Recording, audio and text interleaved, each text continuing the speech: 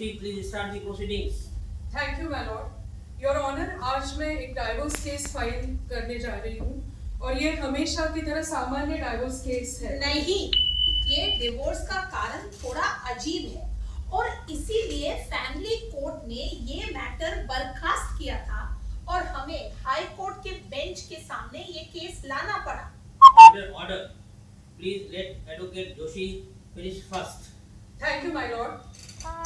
मैं माननीय कोर्ट को बताना चाहती हूँ, मिस्टर शर्मा और मिसेस शर्मा, इनकी शादी 15 अगस्त 2010 को हुई थी और मिस्टर शर्मा चार्टर्ड अकाउंटेंट है, मिसेस शर्मा टीचर है।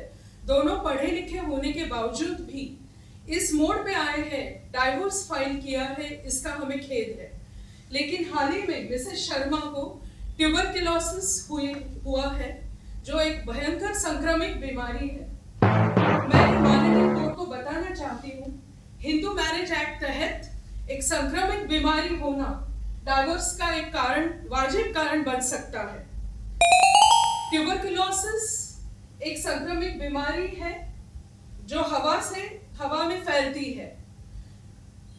मेरे क्लाइंट इसलिए इस ग्राउंड्स पे कि उन्हें ये संक्रामक बीमारी ना हो, इसलिए हमने डाइवोर्स फाइल किया है और मैं जल्द से जल्द, माय लॉर्ड जज साहिबा, मैं जल्द से जल्द चाहती हूँ कि मेरे क्लाइंट को जल्द से जल्द डिवोर्स मिले और उनको इस बीमारी से और उनका जान को खतरा ना हो, ये मेरी इल्तिजा है और जज साहिबा। अब आपकी बारी, advocate Chopra. Thank you your ladyship. मेरी मौकिल मिसेस शर्मा को उनके हस्बैंड मिस्टर शर्मा ने इसलिए छोड़ा क्योंकि उनको टीबी हुआ था। वैसे तो डिवोर्स के मूल कारणों में टीबी लिखा ही नहीं गया। मेरी मौकिल को शारीरिक तकलीफ है टीबी की वजह से और उसके ऊपर ये केस की टेंशन और उसकी शादी बचाने की टेंशन।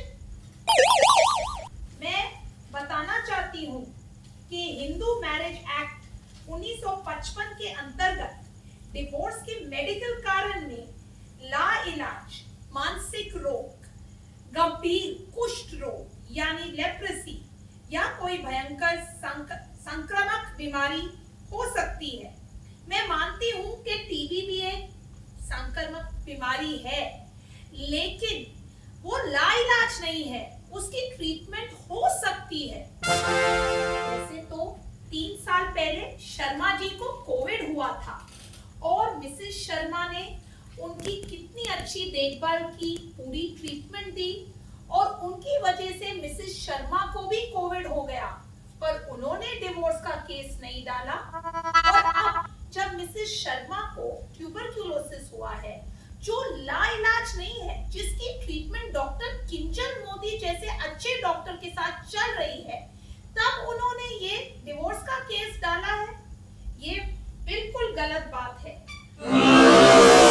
चोपड़ा, आप एक तो कोर्ट का वक्त जाया कर रहे हैं और मुद्दे से हट रहे हैं। ट्यूबरक्लोसिस ये मुद्दा है, ये मैं बताना चाहती हूँ ऑनररी कोर्ट को।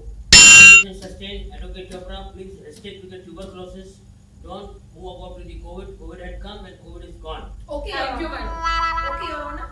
मैं अभी अपने special witness doctor Kinjal Modi को बुलाना चाहती हूँ, इजाजत चाहती हूँ कोर्ट की।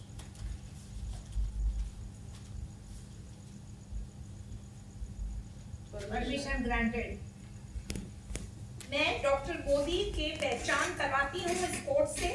ये एक जाने माने पल्मोनरी फिजिशियन है, यानी फेफड़ों के और टीबी के स्पेशलिस्ट। उनकी डिग्री और सर्टिफिकेट पहले से जज साहिबा के टेबल पे पड़ी हुई है। एडवोकेट चोपड़ा मैडम आगे बढ़िए। पेपर्स मौजूद है मेरे पास। जी ठीक है, मैं अभी डॉक्टर किंजल मोदी से विनती करती हूँ कि वो हमें ट्यूबरक्लोसिस के बारे में जानकारी दें। धन्यवाद। मुझे यहाँ पे टीबी के विशेषज्ञ के नाते बुलाया गया है। मैं टीबी के विषय में कुछ चीजें आप सबके सामने बताना चाहता हूँ, अगर जज परमिशन मुझे दे तो। Permission granted. Thank you honours. मुझे बताते हुए बहुत खेद हो रहा है कि भारत देश टीबी बीमारी का कैपिटल बन चुका है आज। भारत में दुनिया के 1/4 टीबी की बीमार पेशेंट्स हमारे देश में ही बसते हैं। भारत में टीबी एक आम बीमारी हो गई है। जो कोई टीबी पेशेंट खांसता है तो उसके खांसते से दूसरे लोग को फैल जाती है। हाँ, टीबी एक संक्रामक बीमारी है, वो मैं आप सबको बताना चाहता हूँ। टीबी का पेशेंट अगर खांसता है या छींकता है तो जीवाणु उसके शरीर से बाहर निकलकर दूसरे किसी के श्वास के माध्यम से उसके फेफड़े में जाकर बस सकते हैं। या तो फेफड़े में ही रहेंगे या तो आगे जाकर उसके शरीर में कहीं भी जाके बस सकते हैं। जी हाँ, सर के बाल से लेके पांव की खाल तक टीबी के जंतु कहीं भी जा सकते हैं और वहां पे बीमारी फैला सकते हैं। लेकिन टीबी के जंतु शरीर में होना कोई बड़ी बात नहीं है। मेरे शरीर में होंगे, एडवोकेट चोपड़ा के शरीर में होंगे, एडवोकेट जोशी के शरीर में भी होंगे। क्योंकि टीबी के जंतु जब तक शरीर में है और शरीर को कोई नुकसान नहीं पहुंचा रहे, कोई बीमारी क्रिएट नहीं कर रहे, तब तक वो हमें कोई तकलीफ नहीं है। वो एक लेटेंट टीबी इन्फेक्शन है जो किसी को फैलती भी नहीं है। हाँ, आगे जाके अगर आपकी रोग प्रतिकारक शक्ति यानी इम्यूनिटी कम हो जाती है कोई भी वजह से, जैसे कोई बीमारी हो गई, जैसे डायबिटीज हो गया, कैंसर हो गया, कोई आपकी इलाज इस तरह की दवाइयां गोली इस तरह चल रही है या आपने खाने पीने पर ठीक से ध्यान नहीं दिया, तो आपको आगे जाके शायद टीबी हो सकता है। टीबी एक बहुत पुरानी बीमारी है। ये दो तरह की होती है, एक सादा टीबी, एक पीड़ा हुआ टीबी, और दोनों की ट्रीटमेंट गवर्नमेंट में फ्री ऑफ कॉस्ट मिलती है। ऊपर से गवर्नमेंट अच्छे खाने पीने के लिए 500 रुपया प्रति माह भी देती है। हमारे प्रधानमंत्री श्री नरेंद्र मोदी जी ने इसी बात की गंभीरता को समझते हुए ये मुहिम हाथ में ली है कि टीबी को जल्द से जल्द भारत देश से निकाल भगाए। ऊपर से हमारी मुंबई की बीएमसी ने 100 दिन का एक प्रोग्राम कैंपेन चालू किया है कि जल्द से जल्द टीबी के बारे में लोगों को जागरूक किया जाए। भारत देश की गवर्नमेंट ने तो अपने प्रोग्राम का नाम भी बदल दिया है, टीबी कंट्रोल प्रोग्राम से टीबी एलिमिनेशन प्रोग्राम। लेकिन मैं आपको एक अचरज की बातें बताना चाहता हूं। अगर किसी को टीबी हो गया तो टीबी विशेषज्ञ के अलावा उसके बहुत सारे लोग उसको सलाह देने आ जाते हैं। रिश्तेदार आके बताएंगे, अरे खाना अलग रखो, कपड़े अलग रखो, हिल स्टेशन चले जाओ, हवा बदली करके आ जाओ। अरे ये सब सलाहें ठीक है, आज से 50 साल पहले इसके लागू होती थी, ये ट्रीटमेंट हुआ करता था, टीबी सैनिटोरियम वगैरह। लेकिन आज के जमाने में इसकी जरूरत नहीं है। साइंस बहुत एडवांस हो चुका है, दवाइयां काफी स्ट्रॉन्ग आ चुकी है। टीबी सैनिटोरियम में जाए बिना भी इलाज हो सकता है और कुछ दवाई के डोज खाने से ही टीबी संक्रमित नहीं रहता, यानी पेशेंट दूसरों को टीबी नहीं फैलाता। और टीबी ट्रीटमेंट पूरी करते ही टीबी के जीवाणु पेशेंट के शरीर से भी गायब हो जाते हैं। टीबी एक इन्फेक्शन की तरह ही तो है, जैसे मलेरिया, डेंगू। हाँ, खाली एक है कि भाई टीबी के जंतु थोड़े धीरे धीरे उगते हैं तो ट्रीटमेंट भी लंबा चलता है, उतना ही फर्क है। बाकी ट्रीटमेंट, टीबी का ट्रीटमेंट अच्छी दवाई गोली, अच्छा खाना पीना और स्नेही जनों के साथ से अच्छे साइज उसके संभाल ली जाए तो टीबी अच्छे से ट्रीट हो सकता है, कोई बड़ी बात नहीं है। थैंक यू डॉक्टर साहब, इतनी अच्छी जानकारी दी है आपने टीबी की। लेकिन हमारे क्लाइंट को टीबी से कैसे बचाए ये आप बताइए, क्योंकि मुद्दा तो ट्यूबरकुलोसिस है और कोर्ट में डाइवोर्स का केस फाइल हुआ है। जी, आपने अच्छा सवाल पूछा एडवोकेट जोशी मैडम। बेसिकली कैसा है, काफी लोग मुझे सवाल पूछते हैं कि हमारे घर में टीबी हुआ है तो हम क्या सावधानी बरतें। उनको सबको बताता हूं कि भारत देश में बहुत सालों पहले एक केस हुआ था, एक ट्रायल हुई थी, इसको मद्रास ट्रायल बोलते हैं, जिसमें क्लियरली बताया गया था कि अगर आपके घर में एक बंदे को, एक जन को टीबी होता है, उसे इंडेक्स केस कहा जाता है, तो जरूरी नहीं सबको टीबी हो, क्योंकि आपकी रोग प्रतिकारक शक्ति पर निर्भर होता है कि टीबी आपको होगा कि नहीं।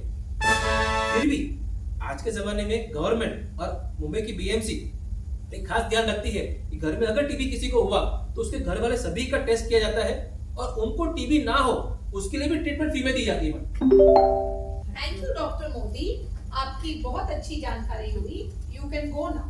Thank you.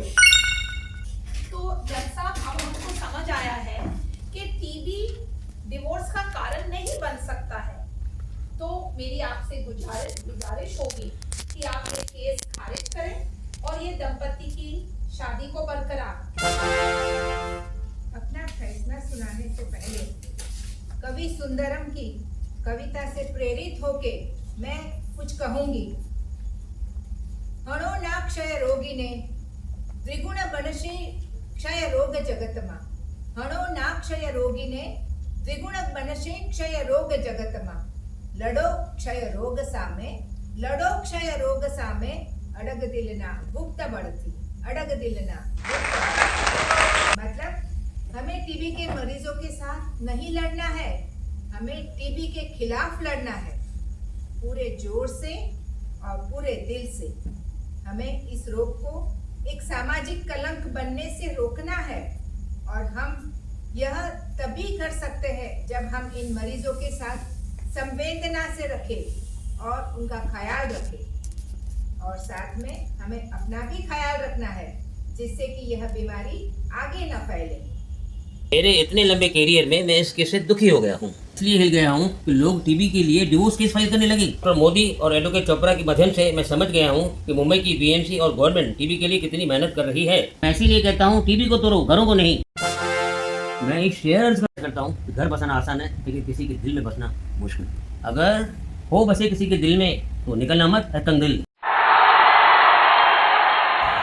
सभी दलीलों और सबूतों के आधार पर मैं और जस्टिस राजानी की बेंच यह निर्णय करती है कि यह डिवोर्स केस खारिज किया जाता है. कोर्ट मिस्टर शर्मा को हिदायत देती है कि वह अपनी पत्नी का सही इलाज करे और उनका ख्याल रखे और ये दोनों अच्छे से अपने परिवार को आगे बढ़ाएं.